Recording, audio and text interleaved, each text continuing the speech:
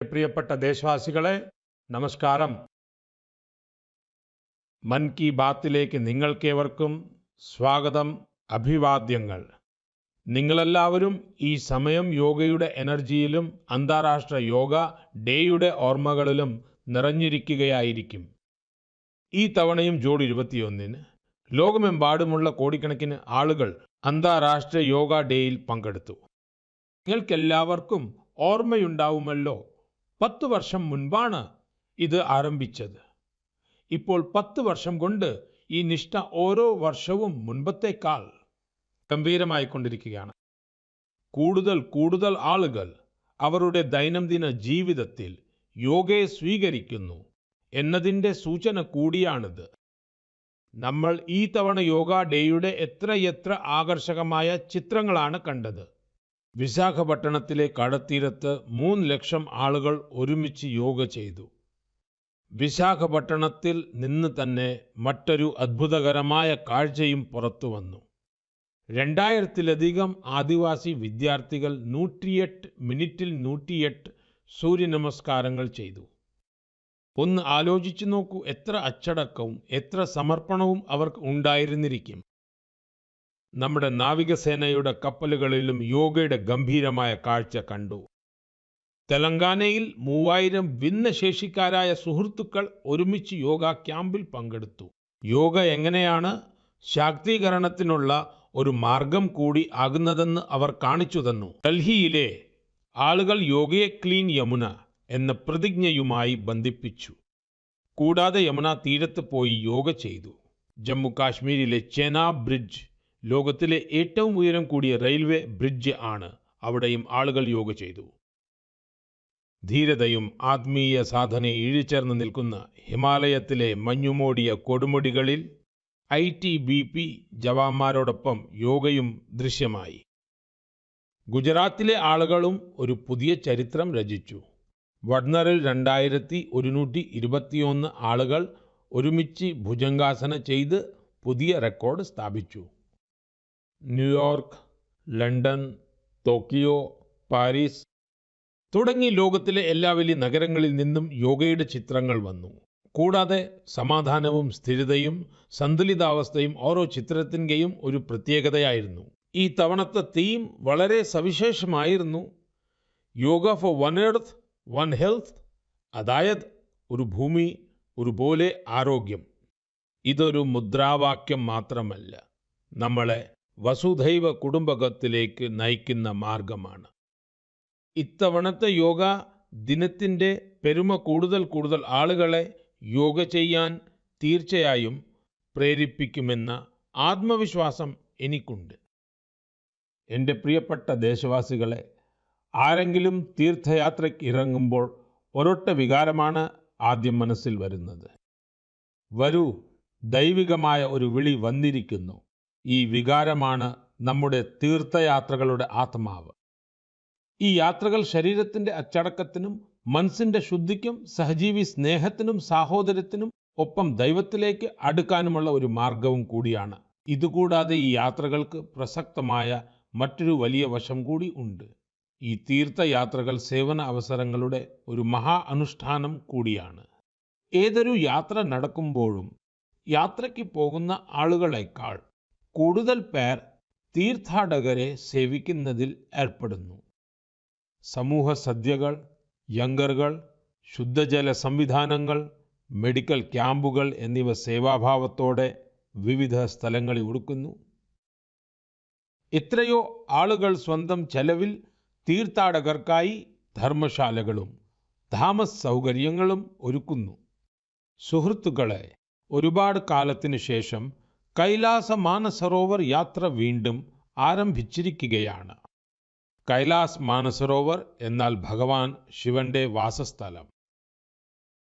ഹിന്ദു, ബുദ്ധ, ജൈൻ പാരമ്പര്യങ്ങളെല്ലാം തന്നെ കൈലാസത്തെ ശ്രദ്ധയുടെയും ഭക്തിയുടെയും കേന്ദ്രമായി കണക്കാക്കുന്നു. സുഹൃത്തുക്കളെ, ജൂലൈ 3-ാം തീയതി പുണ്യമായ അമർനാഥ് യാത്ര ആരംഭിക്കാൻ പോവുകയാണ്. സാവൻ മാസം തുടങ്ങാനും ഇനി കുറച്ച് ദിവസങ്ങൾ മാത്രമേ ഉള്ളൂ. കുറച്ച് ദിവസങ്ങൾക്ക് മുൻപ് നമ്മൾ ജഗന്നാഥ ദേവന്റെ രഥയാത്രയും കണ്ടിരുന്നു. ഒഡീഷയിൽ നിന്നും ഗുജറാത്തിൽ നിന്നും കൂടാതെ രാജ്യത്തിൻ്റെ പല കോണുകളിൽ നിന്നും ലക്ഷക്കണക്കിന് ഭക്തർ ഈ യാത്രയിൽ പങ്കെടുക്കുന്നു. വടക്ക് നിന്ന് തെക്കോട്ടും കിഴക്ക് നിന്ന് പടിഞ്ഞാറോട്ടുമുള്ള ഈ യാത്രകൾ ഏക ഭാരതം ശ്രേഷ്ഠ ഭാരതം എന്ന ഭാവത്തിൻ്റെ പ്രതിഫലനമാണ്. നമ്മൾ ശ്രദ്ധയോടെയും പൂർണ്ണ സമർപ്പണത്തോടെയും പൂർണ്ണ അച്ചടക്കത്തോടെയും നമ്മുടെ വിശ്വാസ സംബന്ധമായ യാത്ര പൂർത്തിയാക്കുമ്പോൾ അതിൻ്റെ നമുക്ക് ഫലം ലഭിക്കും.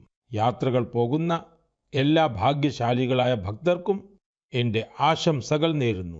സേവന മനോഭാവത്തോടെ ഈ യാത്രകൾ വിജയകരവും സുരക്ഷിതവുമാക്കാൻ പ്രയത്നിക്കുന്നവർക്കും ഞാൻ അഭിനന്ദനങ്ങൾ അർപ്പിക്കുന്നു.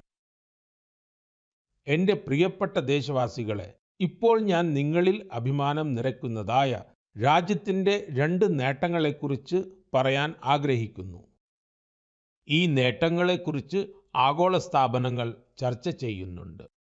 WHO അതായത് ലോകാരോഗ്യ സംഘടനയും ILO അതായത് ഇന്റർനാഷണൽ ലേബർ ഓർഗനൈസേഷനും രാജ്യത്തിൻ്റെ ഈ നേട്ടങ്ങളെ വളരെയധികം പ്രശംസിച്ചിട്ടുണ്ട്. ആദ്യത്തെ നേട്ടം നമ്മുടെ ആരോഗ്യവുമായി ബന്ധപ്പെട്ടതാണ്. നിങ്ങളിൽ പലരും കണ്ണിൻ്റെ ഒരു രോഗത്തെക്കുറിച്ച് കേട്ടിട്ടുണ്ടാകും, ട്രക്കോമ. ഈ രോഗം ബാക്ടീരിയയിലൂടെയാണ് പകരുന്നത്. ഒരു കാലത്ത് ഈ രോഗം രാജ്യത്തിൻ്റെ പല ഭാഗങ്ങളിലും സാധാരണമായിരുന്നു. ശ്രദ്ധിച്ചില്ലെങ്കിൽ ഈ രോഗം കാരണം പതുക്കെ കണ്ണിൻ്റെ കാഴ്ച വരെ നഷ്ടപ്പെടുമായിരുന്നു. ട്രക്കോമ വേരോടെ പിഴുതെറിയുമെന്ന് നമ്മൾ പ്രതിജ്ഞയെടുത്തു. ലോകാരോഗ്യ സംഘടന അതായത് WHO ഇന്ത്യയെ ട്രക്കോമ ഫ്രീ രാജ്യമായി പ്രഖ്യാപിച്ചു എന്ന് പറയുന്നതിൽ എനിക്ക് വളരെ സന്തോഷമുണ്ട്. ഇപ്പോൾ ഇന്ത്യ ട്രക്കോമ മുക്ത രാജ്യമായി മാറിയിരിക്കുന്നു. ക്ഷീണിക്കാതെ നിർത്താതെ ഈ രോഗത്തിനെതിരെ പോരാടിയ ലക്ഷക്കണക്കിന് ആളുകളുടെ കഠിനാധ്വാനത്തിൻ്റെ ഫലമാണിത്. ഈ വിജയം നമ്മുടെ ഹെൽത്ത് വർക്കേഴ്സിൻ്റേതാണ്. സ്വച്ഛ് ഭാരത് അഭിയാനും ഇത് ഇല്ലാതാക്കുന്നതിൽ വലിയ പങ്ക് വഹിച്ച് ജൽ ജീവൻ മിഷനും ഈ വിജയത്തിന് നിർണായക സംഭാവന അർപ്പിച്ചിട്ടുണ്ട്. ഇന്ന് വീടുകളിൽ ടാപ്പിലൂടെ ശുദ്ധജലം എത്തുന്നത് കൊണ്ട് അത്തരം രോഗങ്ങളുടെ ഭീഷണി കുറഞ്ഞിട്ടുണ്ട്. ലോകാരോഗ്യ സംഘടന WHO ഇന്ത്യ രോഗത്തെ നേരിടുന്നതിനൊപ്പം അതിൻ്റെ മൂലകാരണങ്ങളെയും ഇല്ലാതാക്കിയെന്ന് പ്രശംസിച്ചിട്ടുണ്ട്. ഹൈ സുഹൃത്തുക്കളെ, ഇന്ന് ഇന്ത്യയിലെ ഭൂരിഭാഗം ജനങ്ങളും ഏതെങ്കിലും ഒരു സോഷ്യൽ പ്രൊട്ടക്ഷൻ ബെനിഫിറ്റിൻ്റെ പ്രയോജനം നേടുന്നുണ്ട്. കൂടാതെ അടുത്തിടെ ഇന്റർനാഷണൽ ലേബർ ഓർഗനൈസേഷൻ്റെ ILOയുടെ വളരെ പ്രധാനപ്പെട്ട ഒരു റിപ്പോർട്ട് വന്നിട്ടുണ്ട്. ഈ റിപ്പോർട്ടിൽ ഇന്ത്യയിലെ 64% ജനങ്ങൾക്ക് ഇപ്പോൾ ഏതെങ്കിലും ഒരു സോഷ്യൽ പ്രൊട്ടക്ഷൻ ബെനിഫിറ്റ് തീർച്ചയായും ലഭിക്കുന്നുണ്ടെന്ന് പറയുന്നു. സാമൂഹിക സുരക്ഷ ഇത് ലോകത്തിലെ ഏറ്റവും വലിയ കവറേജുകളിൽ ഒന്നാണ്. ഇന്ന് രാജ്യത്തെ ഏകദേശം 95 കോടി ആളുകൾ ഏതെങ്കിലും ഒരു സോഷ്യൽ സെക്യൂരിറ്റി പദ്ധതിയുടെ പ്രയോജനം നേടുന്നുണ്ട്. അതേസമയം 2015 വരെ 25 കോടിയിൽ താഴെ ആളുകളിലേക്ക് മാത്രമേ സർക്കാർ പദ്ധതികൾ എത്തിയിരുന്നുള്ളൂ. സുഹൃത്തുക്കളെ, ഇന്ത്യയിൽ ആരോഗ്യം മുതൽ സാമൂഹിക സുരക്ഷ വരെ എല്ലാ മേഖലകളിലും രാജ്യം സാച്ചുറേഷൻ എന്ന ഭാവനയോടെ മുന്നോട്ട് പോകുകയാണ്. ഇത് സാമൂഹിക നീതിയുടെ ഒരു ഉത്തമ ചിത്രമാണ്. ഈ വിജയങ്ങൾ ഒരു വിശ്വാസം ഉണർത്തിയിട്ടുണ്ട്. വരാൻ പോകുന്ന കാലം ഇനിയും മെച്ചപ്പെടും. ഓരോ ചുവടിലും ഇന്ത്യ കൂടുതൽ ശക്തമാകൂ. എൻ്റെ പ്രിയപ്പെട്ട ദേശവാസികളെ, ജനകീയമായ പങ്കാളിത്തത്തിൻ്റെ ശക്തി കൊണ്ട് വലിയ വലിയ പ്രതിസന്ധികളെ നേരിടാൻ കഴിയും. ഞാൻ നിങ്ങളെ ഒരു ഓഡിയോ കേൾപ്പിക്കാം. ഈ ഓഡിയോയിൽ നിങ്ങൾക്ക് ആ പ്രതിസന്ധിയുടെ ഭീകരതയെക്കുറിച്ച് ഒരു ധാരണ ലഭിക്കും. ആ പ്രതിസന്ധി എത്ര വലുതായിരുന്നു? ആദ്യം അത് കേൾക്കൂ, മനസ്സിലാക്കൂ. आखिर ये जो जुल्म हुआ 2 साल तक, जुल्म तो 5-7 साल से शुरू हो गया था, मगर वो शिखर पर पहुंच गया है 2 साल में, जब इमरजेंसी लोगों पर ठोक दी और अमानुषी बर्ताव लोगों के साथ किया गया। लोगों के स्वतंत्रता के हक छीन लिए गए, अखबारों को कोई स्वतंत्रता न रही, न्यायालय बिल्कुल निर्बल बना दिए गए और जिस ढंग से 1 लाख से ज्यादा लोगों को जेल में बंद कर दिए और फिर अपने मनमानी राज की ओर से होती रही, उसकी मिसाल दुनिया के इतिहास में भी मिलना मुश्किल है. സുഹൃത്തുക്കളെ, ഈ ശബ്ദം രാജ്യത്തിൻ്റെ മുൻ പ്രധാനമന്ത്രി ശ്രീമാൻ മൊറാർജി ഭായ് ദേശായിയുടേതാണ്. അദ്ദേഹം സംക്ഷിപ്തമായി പക്ഷേ വളരെ വ്യക്തമായി എമർജൻസിയെക്കുറിച്ച് പറഞ്ഞു. നിങ്ങൾക്ക് സങ്കല്പിക്കാൻ കഴിയും ആ കാലഘട്ടം എങ്ങനെയായിരുന്നു എന്ന്. എമർജൻസി ഏർപ്പെടുത്തിയവർ നമ്മുടെ ഭരണഘടനയെ കൊന്നു എന്ന് മാത്രമല്ല, മറിച്ച് നീതിന്യായ വ്യവസ്ഥയെയും തങ്ങളുടെ അധീനതയിൽ നിർത്താനായിരുന്നു അവരുടെ ഉദ്ദേശം. ഈ സമയത്ത് ജനങ്ങൾ വലിയ തോതിൽ പീഡിപ്പിക്കപ്പെട്ടു. ഇതിൻ്റെ നിരവധി ഉദാഹരണങ്ങളുണ്ട്. ഒരിക്കലും മറക്കാൻ കഴിയാത്തത്, ജോർജ് ഫെർണാണ്ടസ് സാഹിബിനെ ചങ്ങലകളിൽ ബന്ധിച്ചു. അനേകം ആളുകൾക്ക് കഠിനമായ പീഡനങ്ങൾ നേരിടേണ്ടി വന്നു. മിസിയുടെ നിയമപ്രകാരം ആരെയും യാതൊരു കാരണമില്ലാതെയും അറസ്റ്റ് ചെയ്യാൻ കഴിയും ആയിരുന്നു. സ്റ്റുഡൻസിനെയും ബുദ്ധിമുട്ടിച്ചു. അഭിപ്രായ സ്വാതന്ത്ര്യത്തെയും അടിച്ചമർത്തി. സുഹൃത്തുക്കളെ, ആ കാലഘട്ടത്തിൽ അറസ്റ്റ് ചെയ്യപ്പെട്ട ആയിരക്കണക്കിന് ആളുകൾക്ക് നേരെ ഇത്തരം മനുഷ്യത്വരഹിതമായ അതിക്രമങ്ങൾ നടന്നു. പക്ഷേ ഇത് ഭാരതത്തിലെ ജനങ്ങളുടെ കരുത്താണ്. അവർ വഴങ്ങിയില്ല, തകർന്നുപോയില്ല. ജനാധിപത്യത്തിന് പകരം ഒരു ഒത്തുതീർപ്പിനും അവർ തയ്യാറായില്ല. അവസാനം ജനങ്ങൾ വിജയിച്ചു. അടിയന്തരാവസ്ഥ പിൻവലിക്കപ്പെടുകയും അടിയന്തരാവസ്ഥ അടിച്ചേൽപ്പിച്ചവർ പരാജയപ്പെടുകയും ചെയ്തു. ബാബു ജഗ്ജീവൻ റാം ജി ഈ കാര്യത്തെക്കുറിച്ച് വളരെ ശക്തമായി തൻ്റെ അഭിപ്രായങ്ങൾ പറഞ്ഞിരുന്നു. बहनों और भाइयों, पिछला चुनाव नहीं था, भारत की जनता का एक महान अभियान था. उस समय के परिस्थितियों को बदल देने का, तानाशाही के धारा को मोड़ देने का और भारत में प्रजातंत्र की बुनियाद को मजबूत कर देने का. അടൽജിയും തൻ്റെ സ്വതസിദ്ധമായ ശൈലിയിൽ പറഞ്ഞ കാര്യങ്ങൾ അതും നമ്മൾ തീർച്ചയായും കേൾക്കേണ്ടതുണ്ട്. बहनों और भाइयों, देश में जो कुछ हुआ उसे केवल चुनाव नहीं कह सकते. एक शांतिपूर्ण क्रांति हुई है. लोक शक्ति की लहर ने लोकतंत्र की हत्या करने वालों को इतिहास के कूड़ेदान में फेंक दिया है. സുഹൃത്തുക്കളെ, ഏതാനും ദിവസങ്ങൾക്ക് മുൻപ് രാജ്യത്ത് അടിയന്തരാവസ്ഥ അടിച്ചേൽപ്പിച്ചിട്ട് 50 വർഷം പൂർത്തിയായി. നമ്മൾ പൗരന്മാർ കോൺസ്റ്റിറ്റ്യൂഷൻ വധിക്കപ്പെട്ട ദിവസമായി അത് ആചരിച്ചു. അടിയന്തരാവസ്ഥയെ ധൈര്യപൂർവം നേരിട്ട എല്ലാവരെയും നമ്മൾ എപ്പോഴും ഓർക്കണം. ഇത് നമ്മുടെ കോൺസ്റ്റിറ്റ്യൂഷനെ ശക്തമായി നിലനിർത്താൻ നിരന്തരം ജാഗരൂകരായിരിക്കാൻ നമുക്ക് പ്രചോദനം നൽകുന്നു. എൻ്റെ പ്രിയപ്പെട്ട ദേശവാസികളെ, നിങ്ങളൊരു ചിത്രം സങ്കല്പിക്കുക. രാവിലെ സൂര്യപ്രകാശം കുന്നുകളെ സ്പർശിക്കുന്നു. പതുക്കെ വെളിച്ചം സമതലങ്ങളിലേക്ക് വ്യാപിക്കുന്നു. അതേ വെളിച്ചത്തോടൊപ്പം ഫുട്ബോൾ പ്രേമികളുടെ ഒരു സംഘം മുന്നോട്ട് വരുന്നു. വിസിൽ മുഴങ്ങുന്നു. നിമിഷങ്ങൾക്കകം മൈതാനം കയ്യടികളും മുദ്രാവാക്യങ്ങളും കൊണ്ട് മുഴങ്ങുന്നു. ഓരോ പാസും ഓരോ ഗോളും ആളുകളുടെ ആവേശം വർദ്ധിപ്പിക്കുന്നു. ഇത് എത്രത്തോളം മനോഹരമായ ലോകമാണെന്ന് നിങ്ങൾ ചിന്തിക്കുന്നുണ്ടാവാം, അല്ലേ? സുഹൃത്തുക്കളെ, ഇത് അസമിലെ പ്രധാന മേഖലകളിൽ ഒന്നായ ബോഡോലാൻഡിൻ്റെ യഥാർത്ഥ ചിത്രമാണ്. ബോഡോലാൻഡ് ഇന്ന് ഒരു പുതിയ ഭാവത്തിൽ രാജ്യത്തിന് മുന്നിൽ നിൽക്കുന്നു. ഇവിടുത്തെ യുവാക്കളിലുള്ള ഊർജവും ആത്മവിശ്വാസവും ഏറ്റവും കൂടുതൽ കാണാൻ കഴിയുന്നത് ഫുട്ബോൾ മൈതാനത്താണ്. ബോഡോ ടെറിറ്റോറിയൽ ഏരിയയിൽ ബോഡോലാൻഡ് കെംകപ്പ് നടക്കുന്നുണ്ട്. ഇത് വെറുമൊരു ടൂർണമെന്റ് മാത്രമല്ല, ഇത് ഒരുമയുടെയും പ്രതീക്ഷയുടെയും ഉത്സവമായി മാറിയിരിക്കുകയാണ്. 3700-ലധികം ടീമുകളും ഏകദേശം 70,000 കളിക്കാരും, കൂടാതെ അതിൽ നമ്മുടെ പെൺകുട്ടികളുടെ നല്ല പങ്കാളിത്തവും ഉണ്ട്. ഈ കണക്കുകൾ ബോഡോലാൻഡിലെ നിർണായക മാറ്റങ്ങളുടെ കഥയാണ് പറയുന്നത്. ബോഡോലാൻഡ് ഇപ്പോൾ രാജ്യത്തിൻ്റെ സ്പോർട്സ് മാപ്പിൽ അതിൻ്റെ തിളക്കം വർദ്ധിപ്പിക്കുകയാണ്. സുഹൃത്തുക്കളെ, ഒരു കാലത്ത് അവിടെ സംഘർഷം മാത്രമായിരുന്നു ഒരു അടയാളം. അന്ന് അവിടുത്തെ യുവാക്കൾക്ക് വഴികൾ പരിമിതമായിരുന്നു. എന്നാൽ ഇന്ന് അവരുടെ കണ്ണുകളിൽ പുതിയ സ്വപ്നങ്ങളും ഹൃദയങ്ങളിൽ ആത്മനിർഭരതയുടെ ധൈര്യവുമുണ്ട്.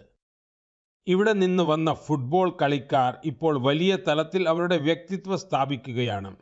ഹാലിചരൺ നർസാരി, ദുർഗ ബോറോ, അപൂർവ നർസാരി, മൻബീർ ബസുമതാരി ഇത് വെറും ഫുട്ബോൾ കളിക്കാരുടെ പേരുകളല്ല. ഇത് ആ പുതിയ തലമുറയുടെ അടയാളമാണ്. ബോഡോലാൻഡിനെ മൈതാനങ്ങളിൽ നിന്നും ദേശീയ വേദിയിലേക്ക് എത്തിച്ചവരുടെ. ഇവരിൽ പലരും പരിമിതമായ സൗകര്യങ്ങളിൽ പരിശീലിച്ചു. പലരും ദുഷ്കരമായ സാഹചര്യങ്ങളിൽ സ്വന്തം വഴി വെട്ടിത്തെളിച്ചു. ഇന്ന് അവരിൽ നിന്ന് പ്രചോദനം ഉൾക്കൊണ്ട് രാജ്യത്തെ എത്രയോ കുഞ്ഞുങ്ങൾ അവരുടെ സ്വപ്നങ്ങൾ നെയ്യുന്നു. സുഹൃത്തുക്കളെ, നമുക്ക് നമ്മുടെ കഴിവുകൾ വികസിപ്പിക്കണമെങ്കിൽ ആദ്യം നമ്മുടെ ഫിറ്റ്നസ്സിലും വെൽബീയിങ്ങിലും ശ്രദ്ധിക്കണം. പിന്നെ സുഹൃത്തുക്കളെ, ഫിറ്റ്നസ്സിന് വേണ്ടി അമിതവണ്ണം കുറയ്ക്കാൻ എൻ്റെ ഒരു നിർദ്ദേശം നിങ്ങൾക്ക് ഓർമ്മയുണ്ടല്ലോ അല്ലേ? ഭക്ഷണത്തിൽ 10% എണ്ണ കുറയ്ക്കുക, അമിതവണ്ണം കുറയ്ക്കുക. നിങ്ങൾ ഫിറ്റ് ആണെങ്കിൽ ജീവിതത്തിൽ കൂടുതൽ സൂപ്പർ ഹിറ്റ് ആകും.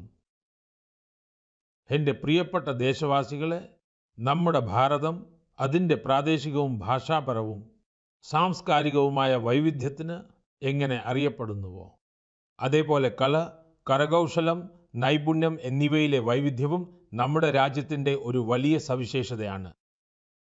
നിങ്ങൾ ഏത് പ്രദേശത്തേക്ക് പോയാലും അവിടുത്തെ എന്തെങ്കിലും ഒരു സവിശേഷവും പ്രാദേശികവുമായ കാര്യത്തെക്കുറിച്ച് നിങ്ങൾക്ക് അറിയാൻ സാധിക്കും.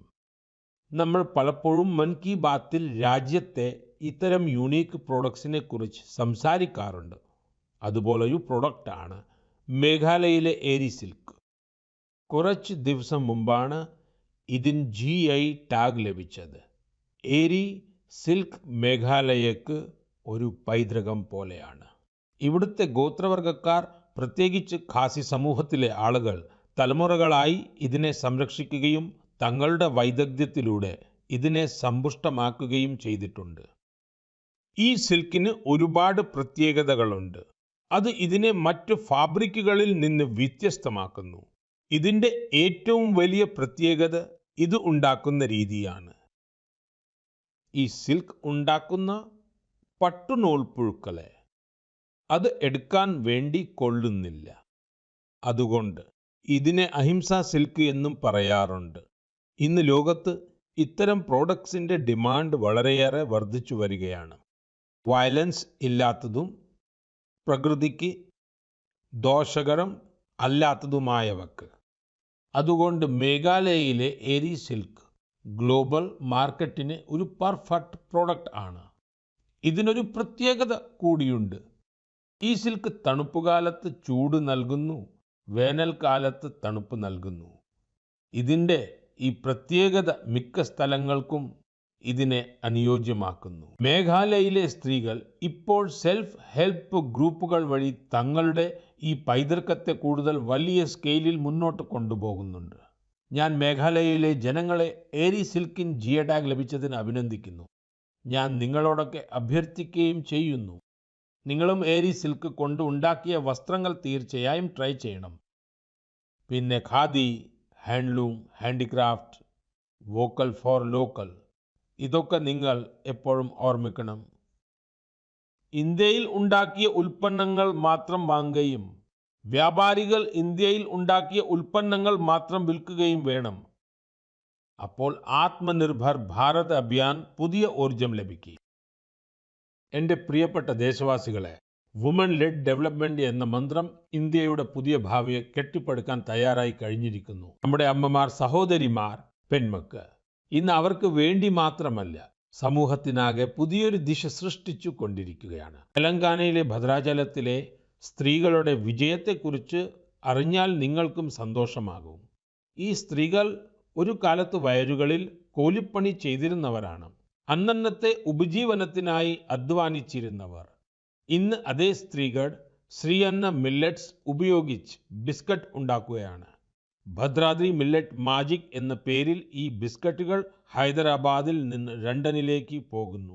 ഭദ്രാചലത്തിലെ ഈ സ്ത്രീകൾ സെൽഫ് ഹെൽപ്പ് ഗ്രൂപ്പിൽ ചേർന്ന് ട്രെയിനിങ് എടുത്തു. സുഹൃത്തുക്കളെ, ഈ സ്ത്രീകൾ പ്രശംസനീയമായ ഒരു കാര്യം കൂടി ചെയ്തിട്ടുണ്ട്. ഇവർ ഗിരി സാനിറ്ററി പാഡ്സ് ഉണ്ടാക്കാൻ തുടങ്ങി. വെറും 3 മാസം കൊണ്ട് 40,000 പാഡ്സ് ഉണ്ടാക്കി. അവ സ്കൂളുകളിലും അടുത്തുള്ള ഓഫീസുകളിലും എത്തിച്ച്, അതും വളരെ കുറഞ്ഞ വിലയ്ക്ക്. സുഹൃത്തുക്കളെ, കർണാടകയിലെ കൽബുർഗിയിലെ സ്ത്രീകളുടെ നേട്ടവും മികച്ചതാണ്. ഇവർ ചോളം റൊട്ടിയെ ഒരു ബ്രാൻഡാക്കി മാറ്റിയിരിക്കുന്നു. ഇവർ രൂപീകരിച്ച കോഓപ്പറേറ്റീവിൽ എല്ലാ ദിവസവും 3000-ലധികം റൊട്ടികൾ ഉണ്ടാക്കുന്നുണ്ട്. ഈ റൊട്ടികളുടെ മഹിമ ഇപ്പോൾ ഗ്രാമത്തിൽ മാത്രം ഒതുങ്ങുന്നില്ല. ബംഗളൂരുവിൽ സ്പെഷ്യൽ കൗണ്ടർ തുറന്നിട്ടുണ്ട്. ഓൺലൈൻ ഫുഡ്സ് പ്ലാറ്റ്ഫോമുകളിൽ ഓർഡറുകൾ വരുന്നുണ്ട്. കൽബുർഗിയിലെ റൊട്ടി ഇപ്പോൾ വലിയ നഗരങ്ങളിലെ കിച്ചണുകളിൽ വരെ എത്തുന്നുണ്ട്. ഇതിൻ്റെ മികച്ച പ്രഭാവം ഈ സ്ത്രീകളിൽ ഉണ്ടായിട്ടുണ്ട്. അവരുടെ വരുമാനം കൂടുന്നുണ്ട്. സുഹൃത്തുക്കളെ, വ്യത്യസ്ത സംസ്ഥാനങ്ങളിൽ നിന്നുള്ള ഈ കഥകളിൽ വ്യത്യസ്ത മുഖങ്ങളുണ്ട്. എന്നാൽ അവരുടെ തിളക്കം ഒരുപോലെയാണ്. ഇത് ആത്മവിശ്വാസത്തിൻ്റെയും സ്വാശ്രയത്വത്തിൻ്റെയും തിളക്കമാണ്. അതുപോലെ ഒരു മുഖമാണ് മധ്യപ്രദേശിലെ സുമ ഉയ്ക്കെ. സുമാജിയുടെ പ്രയത്നം വളരെ അഭിനന്ദനാർഹമാണ്. അവർ ബാലാഘട്ട് ജില്ലയിലെ കടങ്കി ബ്ലോക്കിൽ സെൽഫ് ഹെൽപ്പ് ഗ്രൂപ്പിൽ ചേർന്ന് കോൺ കൃഷിയിലും കന്നുകാലി വളർത്തലിലും ട്രെയിനിങ് എടുത്ത്. ഇതിലൂടെ സുമ ഉഗൈന് സ്വയം പര്യാപ്തതയിലേക്കുള്ള വഴി തുറന്നു. വരുമാനം കൂടുന്നതിനനുസരിച്ച് അവർ ജോലിയുടെ വ്യാപ്തിയും വർദ്ധിപ്പിച്ചു. ചെറിയൊരു ശ്രമത്തിൽ തുടങ്ങിയ ഈ യാത്ര ഇപ്പോൾ Didi canteen, thermal therapy centre വരെ എത്തിയിട്ടുണ്ട്.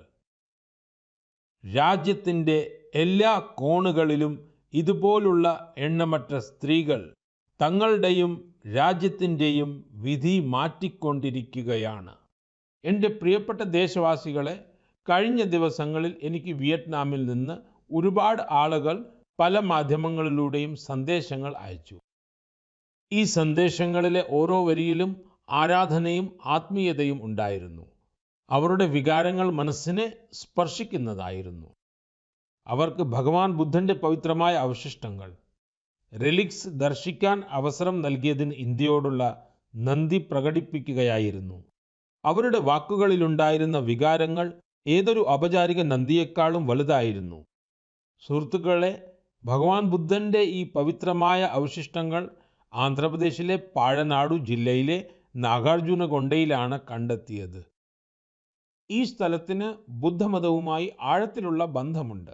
ഈ സ്ഥലത്ത് ഒരു കാലത്ത് ശ്രീലങ്കയിൽ നിന്നും ചൈനയിൽ നിന്നും ഉൾപ്പെടെ ദൂരദിക്കുകളിൽ നിന്ന് ആളുകൾ വന്നിരുന്നു എന്ന് പറയപ്പെടുന്നു.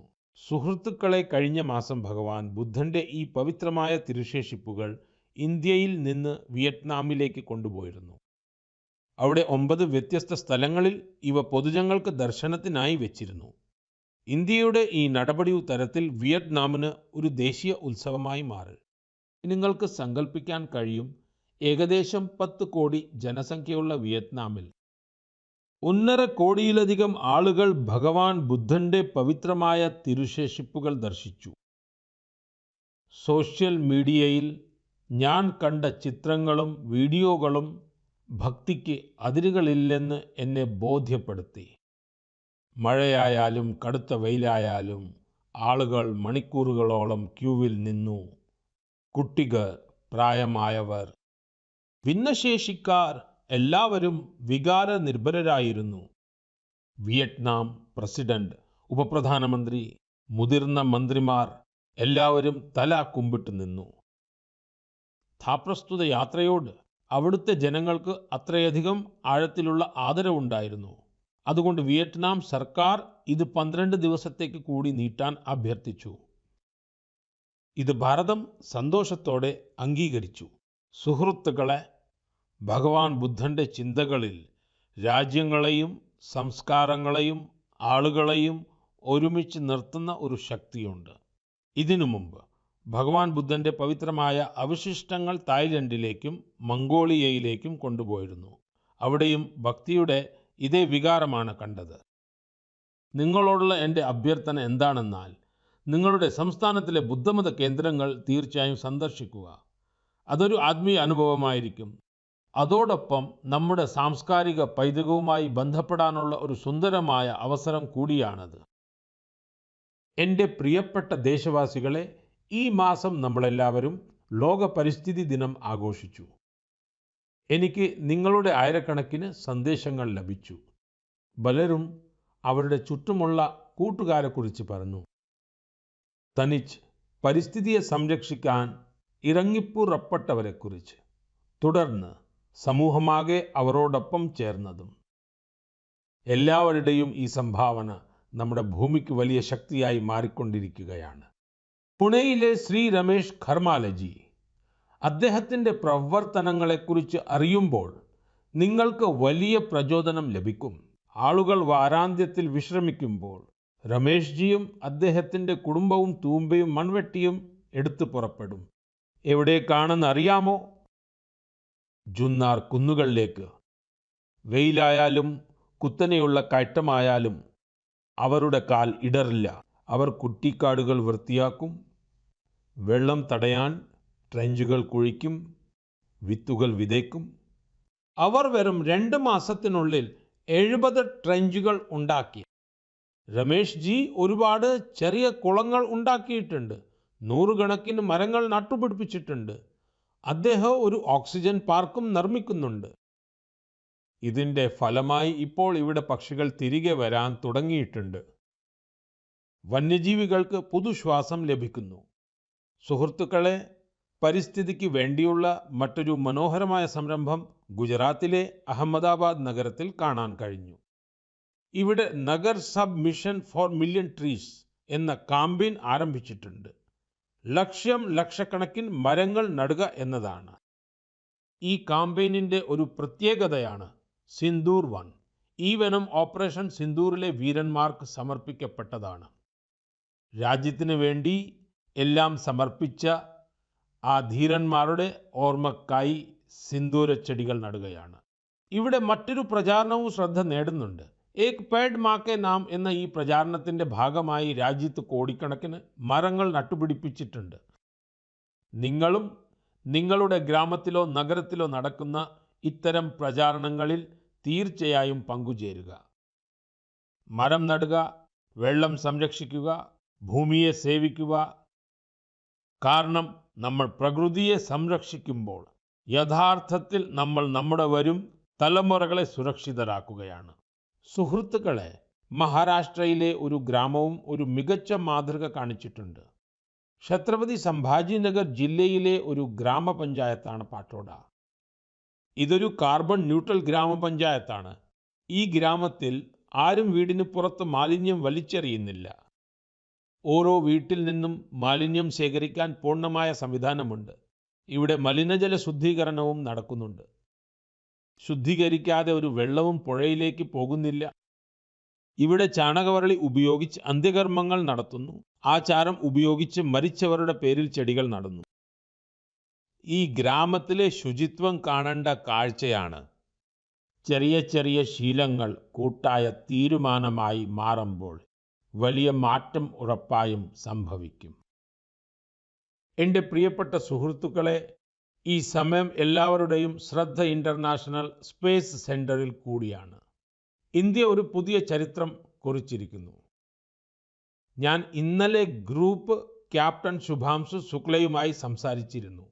ശുഭാംശുവുമായിട്ടുള്ള എൻ്റെ സംഭാഷണം നിങ്ങളും തീർച്ചയായും കേട്ടിട്ടുണ്ടാകും. നിലവിൽ ശുഭാംശു ഇനി കുറച്ച് ദിവസം കൂടി ഇൻ്റർനാഷണൽ സ്പേസ് സെൻ്ററിൽ കഴിയണം. നമ്മൾ ഈ മിഷനെക്കുറിച്ച് മൻ കി ബാത്തിൻ്റെ അടുത്ത എപ്പിസോഡിൽ കൂടുതൽ സംസാരിക്കും. ഈ എപ്പിസോഡിൽ നിങ്ങളോട് വിട പറയാൻ സമയമായി. പക്ഷേ സുഹൃത്തുക്കളെ, പോകുമ്പോൾ ഞാൻ നിങ്ങളെ ഒരു പ്രത്യേക ദിവസത്തെക്കുറിച്ച് ഓർമ്മിപ്പിക്കാൻ ആഗ്രഹിക്കുന്നു. ജൂലൈ 1 മറ്റന്നാൾ, അതായത് ജൂലൈ 1 നമ്മൾ വളരെ പ്രധാനപ്പെട്ട രണ്ട് പ്രൊഫഷനുകളെ ആദരിക്കുന്നു, ഡോക്ടർമാരെയും CAമാരെയും. ഇവർ രണ്ടുപേരും നമ്മുടെ ജീവിതം മെച്ചപ്പെടുത്തുന്ന സമൂഹത്തിൻ്റെ തൂണുകളാണ്. ഡോക്ടർമാർ നമ്മുടെ ആരോഗ്യത്തിൻ്റെ സംരക്ഷകരാണ്. CAമാർ സാമ്പത്തിക ജീവിതത്തിൻ്റെ വഴികാട്ടികളാണ്. എല്ലാ ഡോക്ടർമാർക്കും ചാർട്ടേഡ് അക്കൗണ്ടന്റുകൾക്കും എൻ്റെ 1000 ആശംസകൾ. സുഹൃത്തുക്കളെ, നിങ്ങളുടെ നിർദ്ദേശങ്ങൾക്കായി ഞാൻ എപ്പോഴും കാത്തിരിക്കുന്നു. മൻ കി ബാത്തിൻ്റെ അടുത്ത എപ്പിസോഡ് നിങ്ങളുടെ ഈ നിർദ്ദേശങ്ങളാൽ കൂടുതൽ സമ്പന്നമാകും.